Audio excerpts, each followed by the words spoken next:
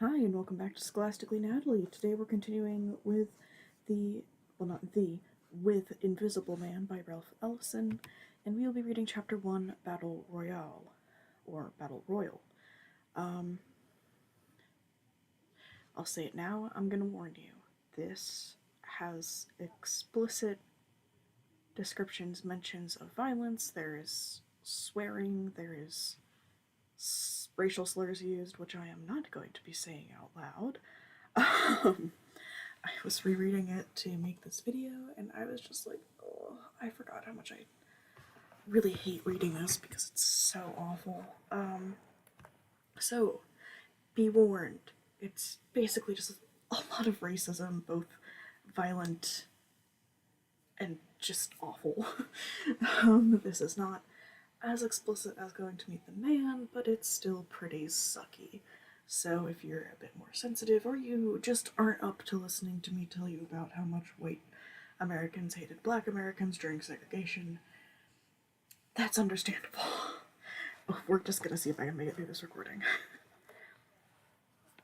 It goes a long way. Some 20 years. All my life I had been looking for something, and everywhere I turned, someone tried to tell me what it was. I accepted their answers too, though they were often in contradiction and even self-contradictory. I was naive. I was looking for myself and asking everyone except myself questions which I, and only I, could answer. It took me a long time and much painful boomeranging of my expectations to achieve a realization everyone else appears to have been born with, that I am nobody but myself. But first I had to discover that I am an invisible man. So I think that this was the most interesting quote, because, to be honest, a lot of the times, nobody is trying to be just themselves. Everybody's trying to mimic somebody else and fit in with the cultural norms. So I think this is still a very applicable quote for today times. And yet I am no freak of nature nor of history. I was in the cards, other things having been equal or unequal 85 years ago. I am not ashamed of my grandparents for having been slaves. I am only ashamed of myself for having at one time been ashamed. About 85 years ago they were told that they were free, united with others of our country in everything pertaining to the common good, and in everything social, separate like the fingers of the hand. And they believed it. They exulted in it. They stayed in their place, worked hard, and brought up my father to do the same. But my grandfather is the one. He was an odd old guy, my grandfather, and I am told I take after him. It was he who caused the trouble. On his deathbed he called my father to him and said, "Son, after I'm gone, I want you to keep up the good fight. I never told you, but our life is a war, and I have been a traitor all my born days, a spy in the enemy's country ever since I gave up my gun back in the Reconstruction. Live with your head in the lion's mouth. I want you to overcome 'em with yeses, undermine 'em with grins, agree 'em to death and destruction, let 'em swallow you till they vomit or bust wide open." So, this quote is especially interesting because it's a tactic that doesn't put you in any direct danger. That's useful for people who are in precarious and dangerous situations, which is to let people believe you have control of them, to let them think they have control of you, to let people think you agree with them, that they quote-unquote know their place, that they're subservient, and all the while undermine them. You teach them to be incapable of doing things without you, and then you abandon them. You slowly poison their thoughts. It's nice subtlety. They thought the old man had gone out of his mind. He had been the meekest of men. The younger children were rushed from the room, the shades drawn, and the flame of the lamp turned so low that it sputtered on the wick like the old man's breathing. "Learn it to the young'uns," he whispered fiercely. Then he died. But my folks were more alarmed over his last words than over his dying. It was as though he had not died at all. His words caused so much anxiety. I was warned emphatically to forget what he had said, and, indeed, this is the first time it has been mentioned outside the family circle. It had a tremendous effect upon me, however. I could never be sure of what he meant. Grandfather had been a quiet old man who never made any trouble, yet on his deathbed he had called himself a traitor and a spy, and he had spoken of his meekness as a dangerous activity. It became a constant puzzle which lay unanswered in the back of my mind, and whenever things went well for me I remembered my grandfather and felt guilty and uncomfortable. It was as though I was carrying out his advice in spite of myself, and to make it worse, everyone loved me for it. I was praised by the most lily-white men of the town. I was considered an example of desirable conduct, just as my grandfather had been. And what puzzled me was that the old man had defined it as treachery.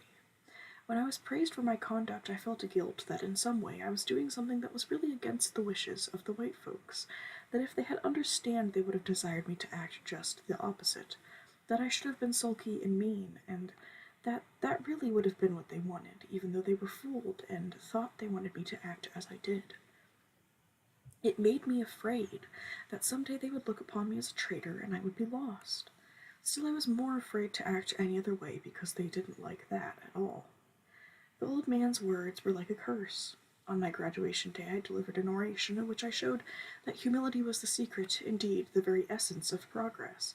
Not that I believed this, how could I, remembered my grandfather? I only believed that it worked. It was a great success. Everyone praised me, and I was invited to give the speech at a gathering of the town's leading white citizens.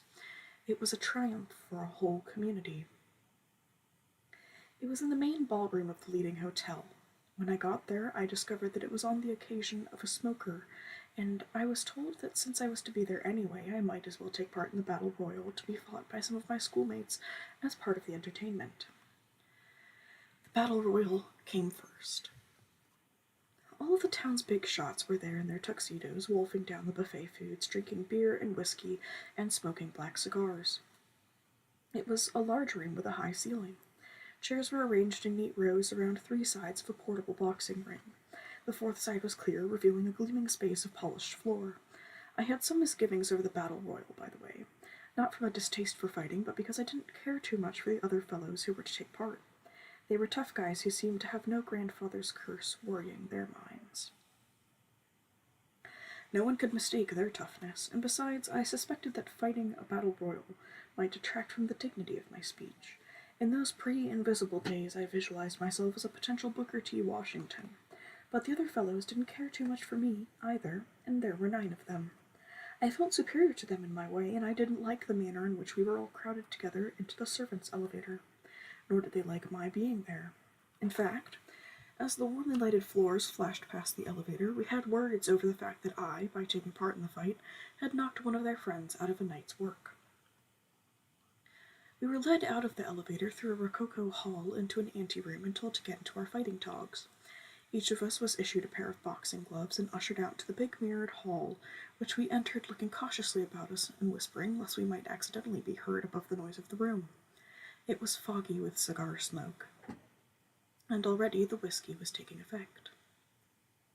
I was shocked to see some of the most important men of the town quite tipsy. They were all there, bankers, lawyers, judges, doctors, fire chiefs, teachers, merchants, even one of the more fashionable pastors. Something we could not see was going on up front. A clarinet was vibrating sensuously, and the men were standing up and moving eagerly forward. We were a small, tight group, clustered together, our bare upper bodies touching and shining with anticipatory sweat. While up front, the big shots were becoming increasingly excited over something we still could not see.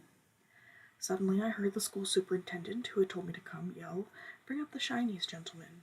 Bring up the little shinies."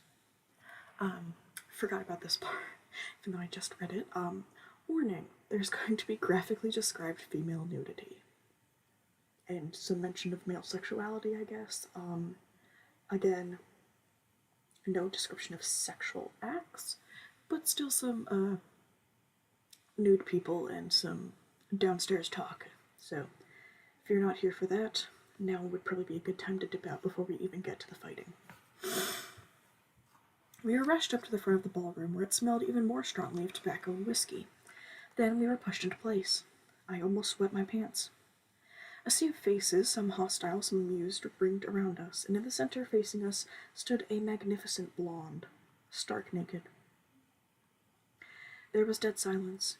I felt a blast of cold air chill me. I tried to back away, but they were behind me and around me. Some of the boys stood with lowered heads, trembling. I felt a wave of irrational guilt and fear.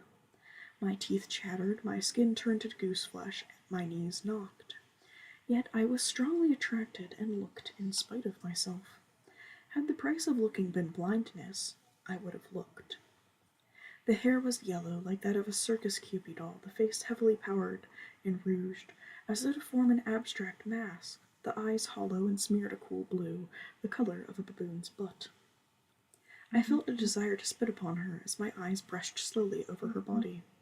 Her breasts were firm and round as the domes of East Indian temples, and I stood so close as to see the fine skin texture and beads of pearly perspiration glistening like dew around the pink and erected buds of her nipples.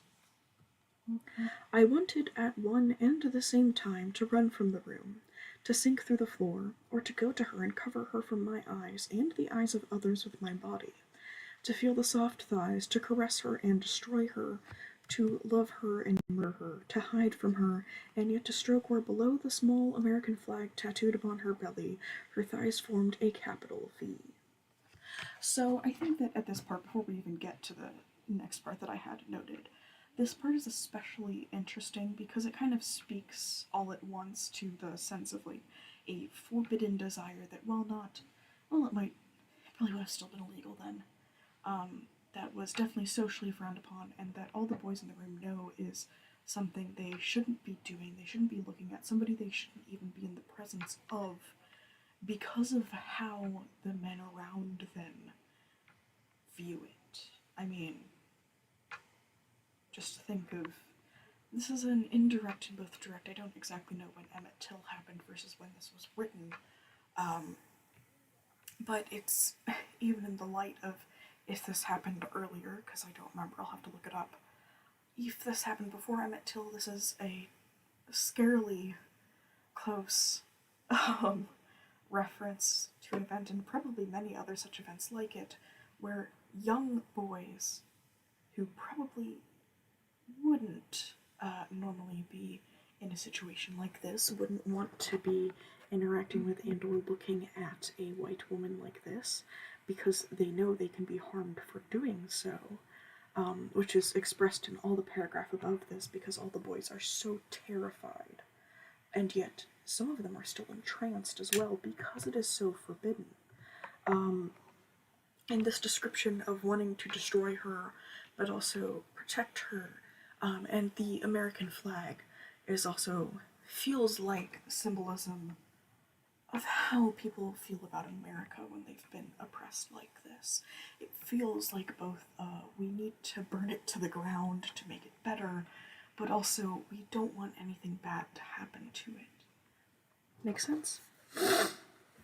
Sorry for the sniffing, I always forget to not sniff. It's almost automatic at this point. I had a notion that of all in the room she saw only me with her impersonal eyes. And then she began to dance, a slow, sensuous movement, the smoke of 100 cigars clinging to her like the thinnest of veils.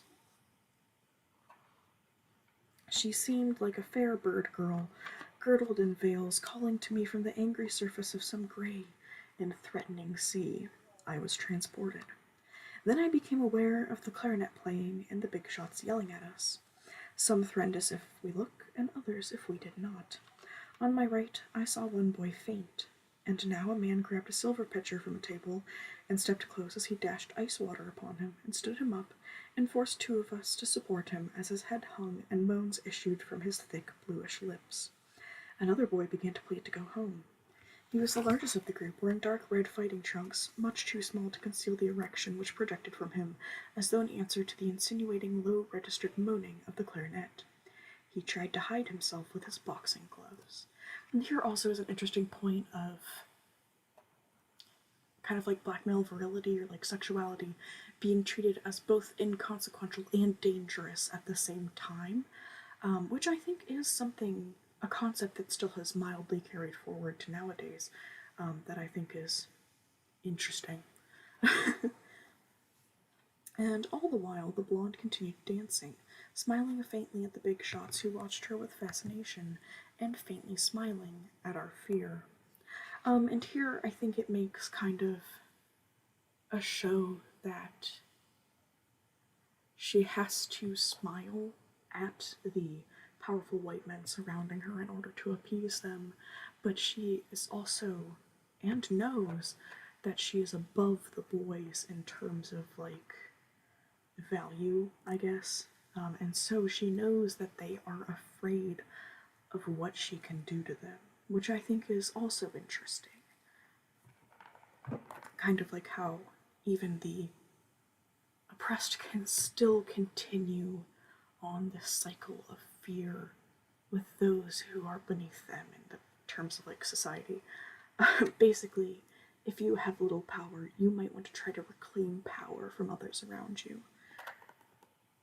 I noticed a certain merchant who followed her hungrily, his lips loose and drooling. He was a large man who wore diamond studs in his shirt front, which swelled with the ample paunch underneath, and each time the blonde swayed her undulating hips, he ran his hand through the thin hair of his bald head, and, with his arms upheld, his posture clumsy like that of an intoxicated panda, wound his belly in a slow and obscene grind.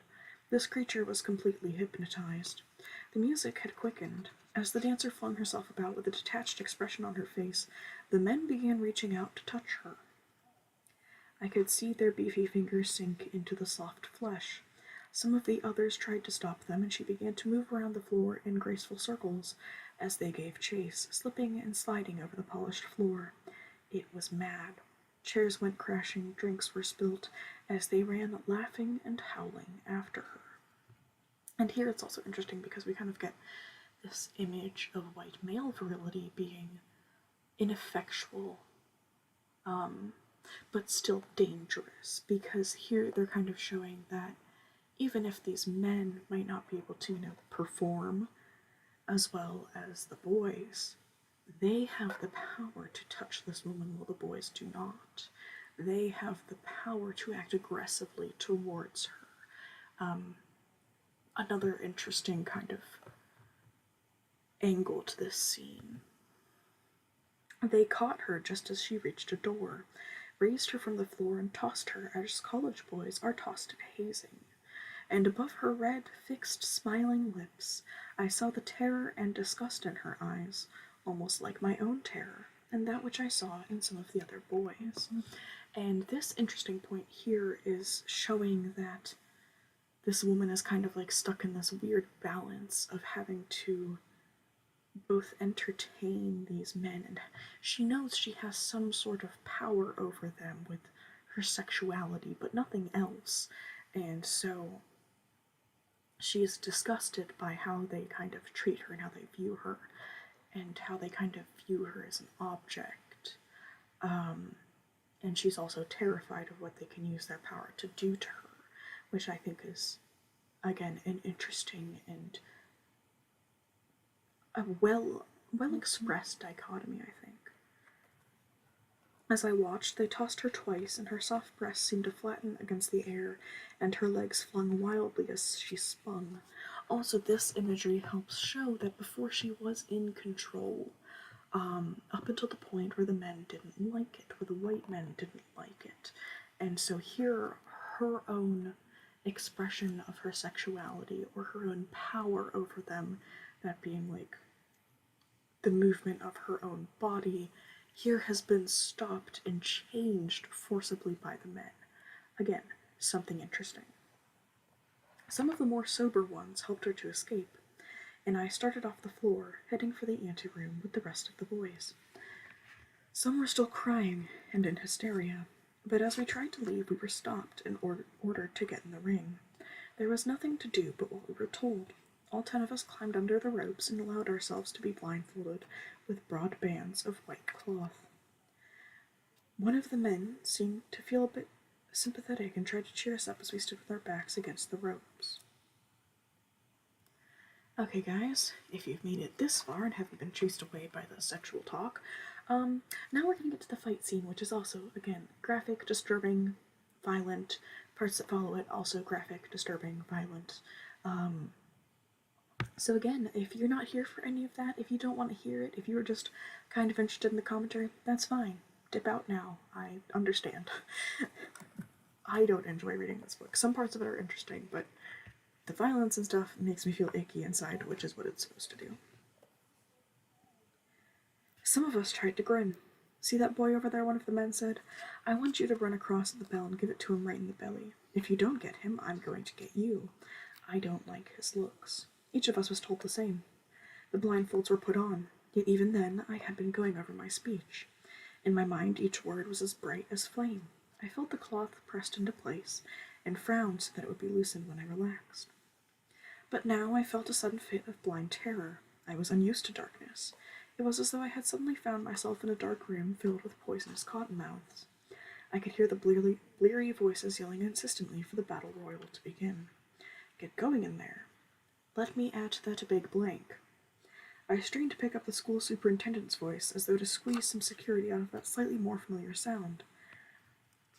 Let me at those black sons of bitches, somebody yelled. No, Jackson, no, another voice yelled. Here's somebody. Help me hold Jack. I want to get at that ginger-colored blank. Tear him limb from limb, the first voice yelled. I stood against the ropes trembling, for in those days I was what they called ginger-colored, and he sounded as though he might crunch me between his teeth, like a crisp ginger cookie. Quite a struggle was going on. Chairs were being kicked about, and I could hear voices grunting with a terrific effort. I wanted to see more desperately than ever before, but the blindfold was tight as a thick, skin-puckering scab, and when I raised my gloved hands to push the layers off, the layers of white aside, a voice yelled, Oh, no, you don't. Black bastard, leave that alone. Also interesting, they're blinded by layers of white. Ring the bell before Jackson kills him a blank, someone boomed in the sudden silence, and I heard the bell clang and the sound of the feet scuffling forward. A glove smacked against my head. I pivoted, striking out stiffly as someone went past, and felt the jar ripple along the length of my arm to my shoulder. Then it seemed as though all 9 of the boys had turned upon me at once. Blows pounded me from all sides while I struck out as best I could. So many blows landed upon me that I wondered if I were not the only blindfolded fighter in the ring, or if the man called Jackson hadn't succeeded in getting me after all. Blindfolded, I could no longer control my motions. I had no dignity. I stumbled about like a baby or a drunken man. Sorry, guys, I need to take a drink.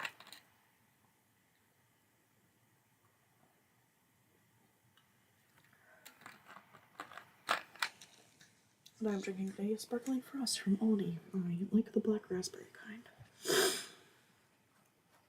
The smoke had become thicker, and with each new blow it seemed to sear and further restrict my lungs. My saliva became like hot, bitter glue. The glove connected with my head, filling my mouth with warm blood. It was everywhere. I could not tell if the moisture I felt upon my body was sweat or blood. A blow landed hard against the nape of my neck. I felt myself going over, my head hitting the floor. Streaks of blue light filled the black world behind the blindfold. I lay prone, pretending that I was knocked out, but felt myself seized by hands and yanked to my feet. Get going, black boy. Mix it up. My arms were like lead, my head smarting from blows. I managed to feel my way to the ropes and held on, trying to catch my breath. A glove landed in my midsection, and I went over again, feeling as though the smoke had become a knife jabbed into my guts. Pushed this way and that by the legs milling around me, I finally pulled erect and discovered that I could see the black, sweat-washed forms weaving in the smoky blue atmosphere like drunken dancers weaving to the rapid drum-like thuds of blows. Everyone fought hysterically. It was complete anarchy. Everybody fought everybody else. No group fought together for long. 2, 3, 4 fought one, then turned to fight each other, or themselves attacked. Blows landed below the belt and in the kidney, with the gloves open as well as closed, and with my eye partly opened now, there was not so much terror. I moved carefully, avoiding blows, although not too many to attract attention, fighting from group to group. The boys groped about like blind, cautious crabs, crouching to protect their midsections, their heads pulled in short against their shoulders, their arms stretched nervously before them, with their fists testing the smoke-filled air like the knobbed feelers of hypersensitive snails. In one corner I glimpsed a boy violently punching the air and heard him scream in pain as he smashed his hand against a ring post. For a second I saw him bent over holding his hand, then going down as a blow caught his unprotected head. I played one group against the other, slipping in and throwing a punch, then stepping out of range, while pushing the others into the melee to take the blows blindly aimed at me. The smoke was agonizing, and there were no rounds, no bells at 3-minute intervals to relieve our exhaustion. The room spun around me, a swirl of lights, smoke, sweating bodies surrounded by tense white faces. I bled from both nose and mouth, the blood spattering upon my chest. The men kept yelling. Slug him, black boy, knock his guts out, uppercut him, kill that big boy. Taking a fake fall, I saw a boy going down heavily beside me as though we were felled by a single blow.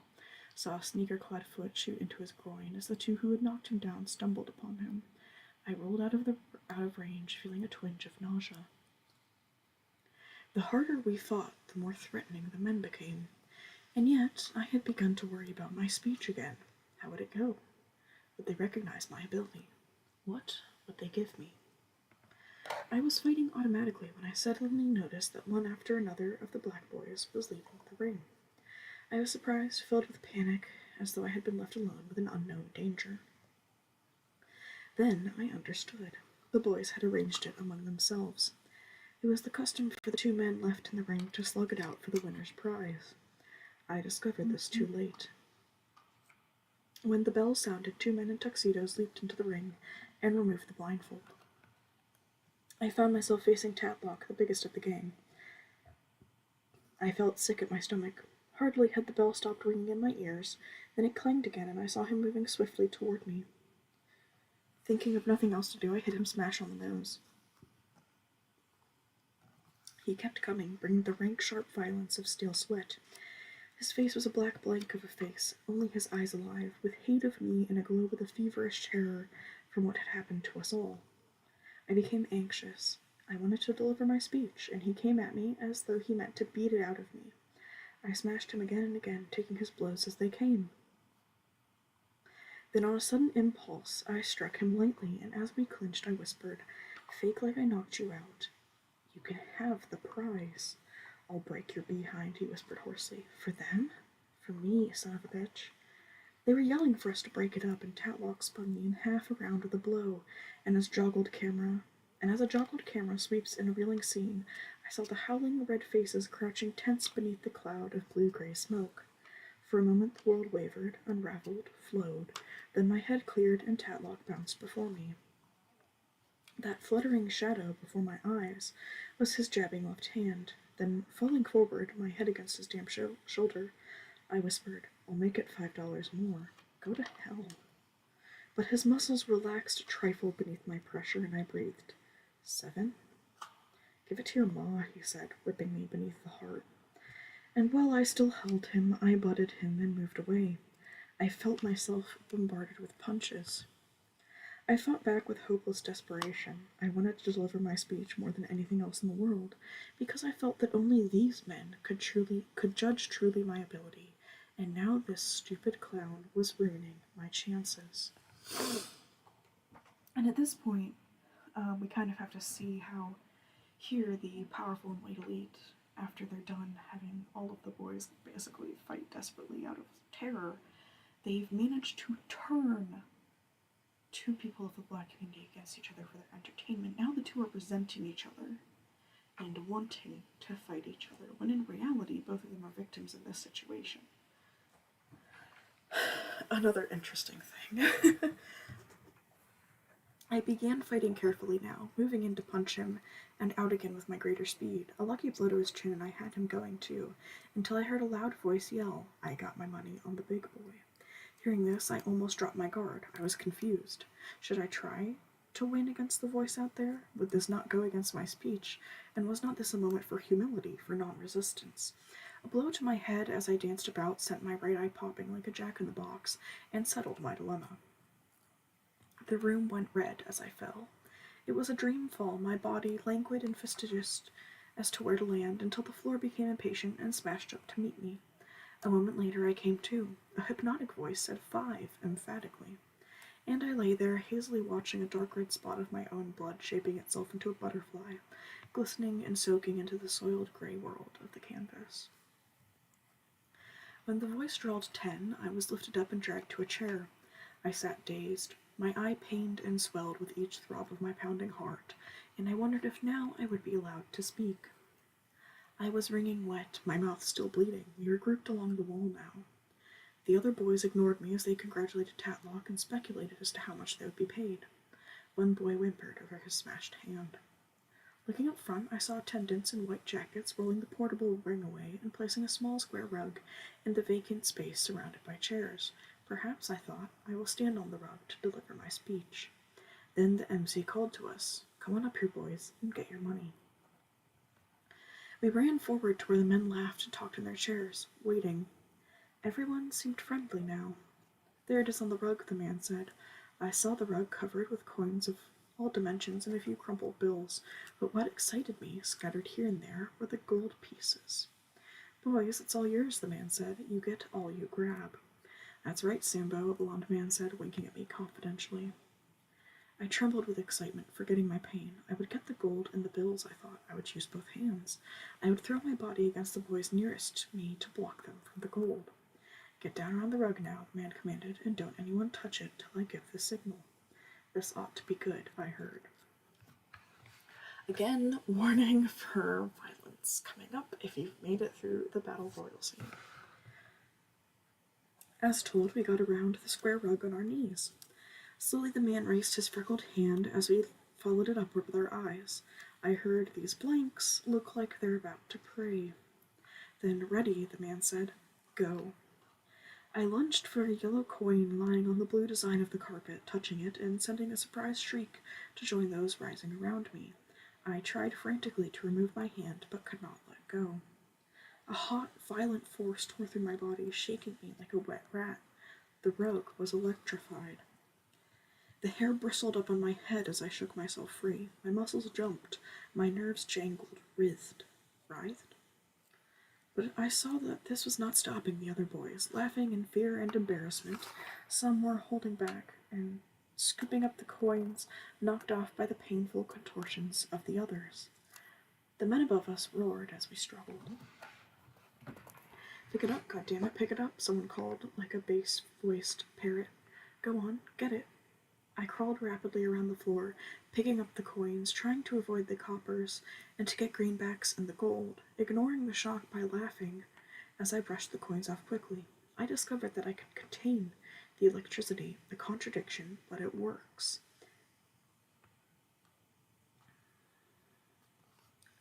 Then the men began to push us onto the rug. Laughing embarrassedly, we struggled out of their hands and kept after the coins. We were all wet and slippery and hard to hold. Suddenly I saw a boy lifted into the air, glistening with sweat like a circus seal, and dropped, his wet back landing flush upon the charged rug. Heard him yell, and saw him literally dance upon his back, his elbows beating a frenzied tattoo upon the floor, his muscles twitching like the flesh of a horse stung by many flies. When he finally rolled off, his face was gray, and no one stopped him when he ran from the floor amid booming laughter. "Get the money," the MC called. "That's good, hard American cash." And we snatched and grabbed. I was careful not to come too close to the rug now, and when I felt the hot whiskey breath descend upon me like a cloud of foul air, I reached out and grabbed the leg of a chair. It was occupied, and I held on desperately. "Let go, blank. Let go." The huge face wavered down to mine as he tried to push me free. But my body was slippery and he was too drunk. It was Mr. Colcord, who owned a chain of movie houses and entertainment places. Each time he grabbed me, I slipped out of his hands. It became a real struggle. I feared the rug more than I did the drunk, so I held on, surprising myself for a moment by trying to topple him upon the rug. It was such an enormous idea that I found myself actually carrying it out. I tried not to be obvious, yet when I grabbed his leg trying to tumble him out of the chair, he raised up roaring with laughter and, looking at me with soberness dead in the eye, kicked me viciously in the chest. The chair leg flew out of my hand and I felt myself going and rolled. It was as though I had rolled through a bed of hot coals. It seemed as though a whole century would pass before I would roll free, a century in which I was seared through the deepest levels of my body to the fearful breath within me, and the breath seared and heated to the point of explosion. It'll all be over in a flash, I thought as I rolled clear. It'll all be over in a flash. But not yet. The men on the other side were waiting. red faces swollen as though from apoplexy as they bent forward in their chairs. Seeing their fingers coming toward me, I rolled away as a fumbled football rolls off the receiver's fingertips back into the coals. That time I luckily sent the rug sliding out of place and heard the coins ringing against the floor and the boys scuffling to pick them up, and the MC calling, "All right, boys, that's all. Go get dressed and get your money." I was limp as a dish rag. My back felt as though it had been beaten with wires. When we had dressed, the MC came in and gave us each $5, except Tatlock, who got 10 for being the last in the ring. Then he told us to leave. I was not to get a chance to deliver my speech, I thought. I was going out to the dim alley in despair when I was stopped and told to go back. I returned to the ballroom, where the men were pushing back their chairs and gathering in groups to talk. The MC knocked on a table for quiet. "Gentlemen," he said, "we almost forgot an important part of the program. A most serious part, gentlemen.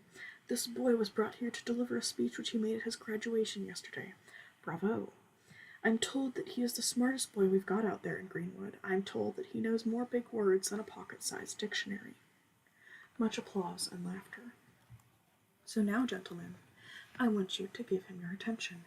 There was still laughter as I faced them, my mouth dry, my eye throbbing. I began slowly, but evidently my throat was tense, because they began shouting louder, louder. "We of the younger generation extol the wisdom of the great leader and educator," I shouted, "who first spoke these flaming words of wisdom. A ship lost at sea for many days suddenly sighted a friendly vessel. From the mast of the unfortunate vessel was seen a signal, 'Water, water, we die of thirst.'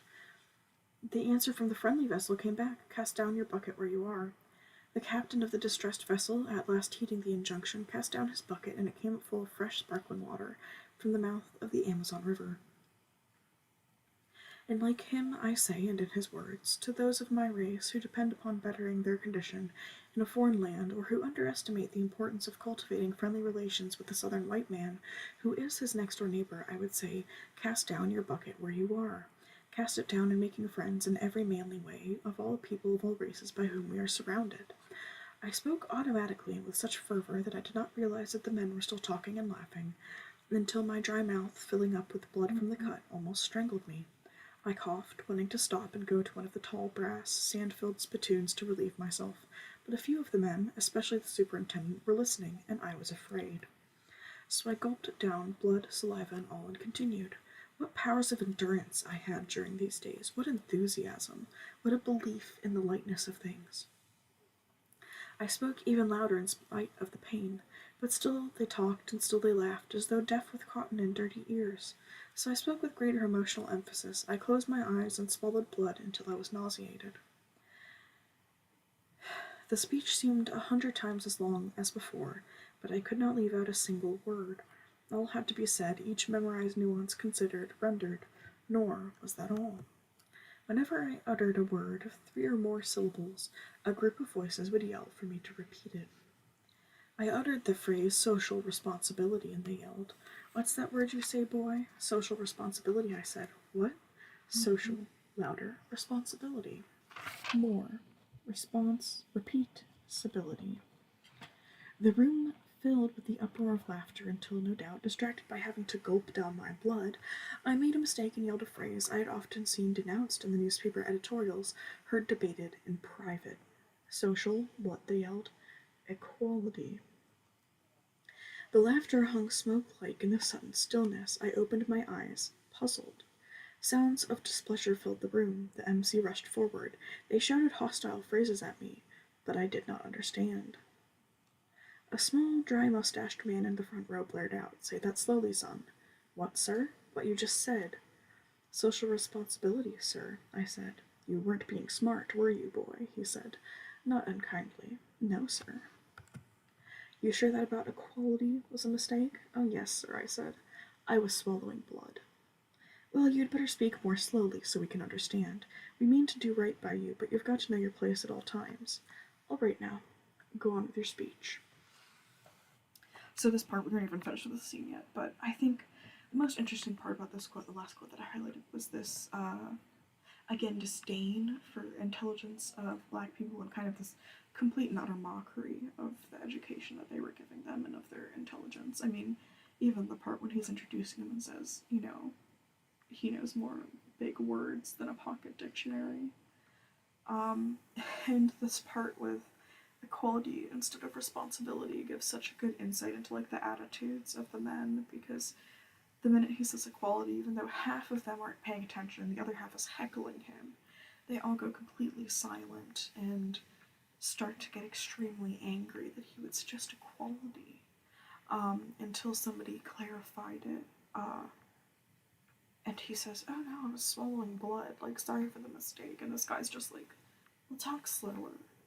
Like, we're doing right by you, but you have to know your place," which isn't an equality, it's a responsibility. I was afraid.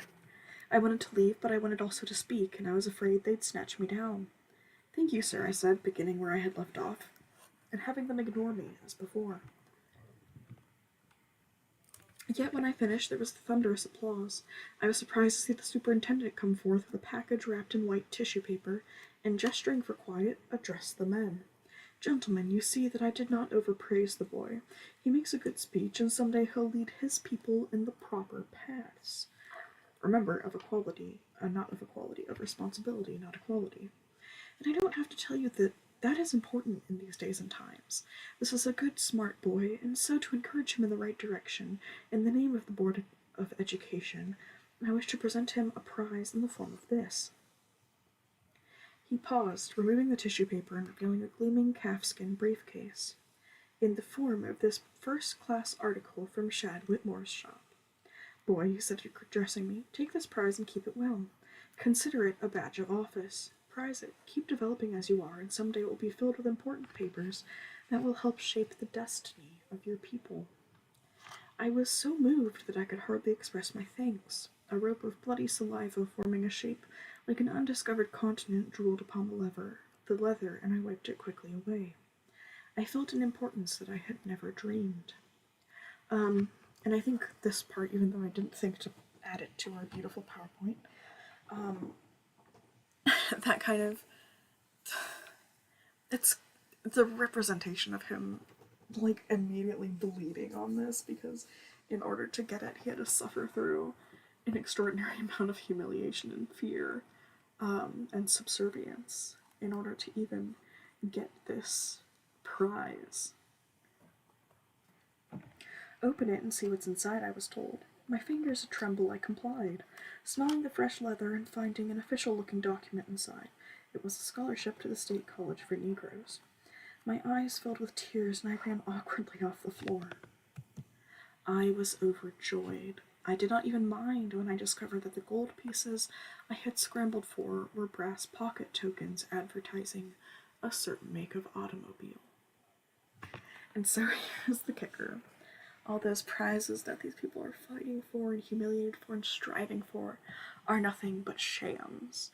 And so it's especially in a nice contrast, or like a nice kind of foreshadowing of this scholarship and this really nice, what did we call it?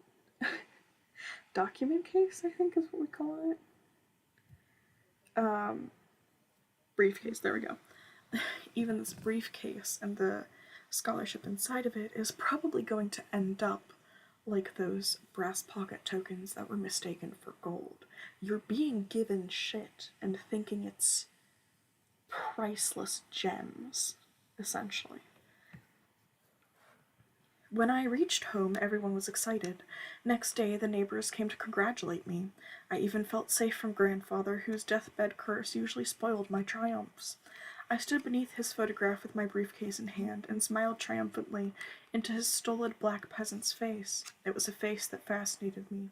The eyes seemed to follow everywhere I went. That night I dreamed I was at a circus with him and that he refused to laugh at the clowns no matter what they did. Then later he told me to open my briefcase and read what was inside, and I did, finding an official envelope stamped with the state seal. And inside the envelope I found another and another, endlessly, and I thought I would fall of weariness. "Them's yours," he said. "Now open that one." I did, and in it I found an engraved document containing a short message in letters of gold. "Read it," my grandfather said, out loud. "To whom it may concern," I intoned, "keep this blank boy running." I awoke with the old man's laughter ringing in my ears. It was a dream I was to remember and dream again for many years after, but at that time I had no insight into its meaning. First, I had to attend college. So this time I kind of like broke down some spots that I thought were very interesting and that kind of said interesting things and may have represented kind of like important parts of this story, I guess I should say. As we went along, started doing it all at the end, and again, it's just, thanks if you stuck with this the entire way through. I know that it was kind of graphic and uncomfortable.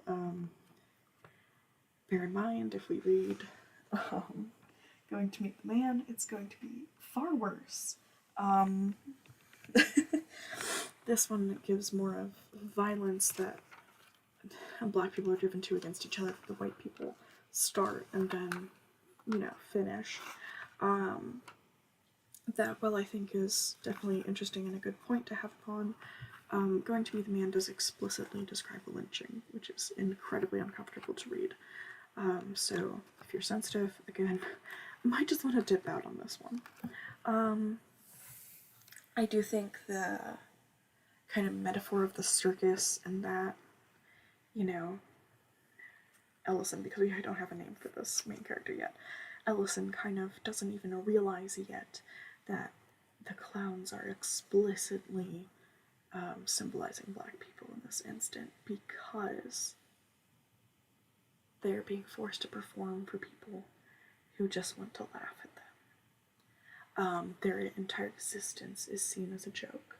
And so I think that's kind of a somber and depressing note to end on, but remember, support the NAACP, support BLM. I will link those below because reading this makes me occasionally, well, not occasionally, reading this just makes me feel yucky, so we'll link to some people doing some good out there,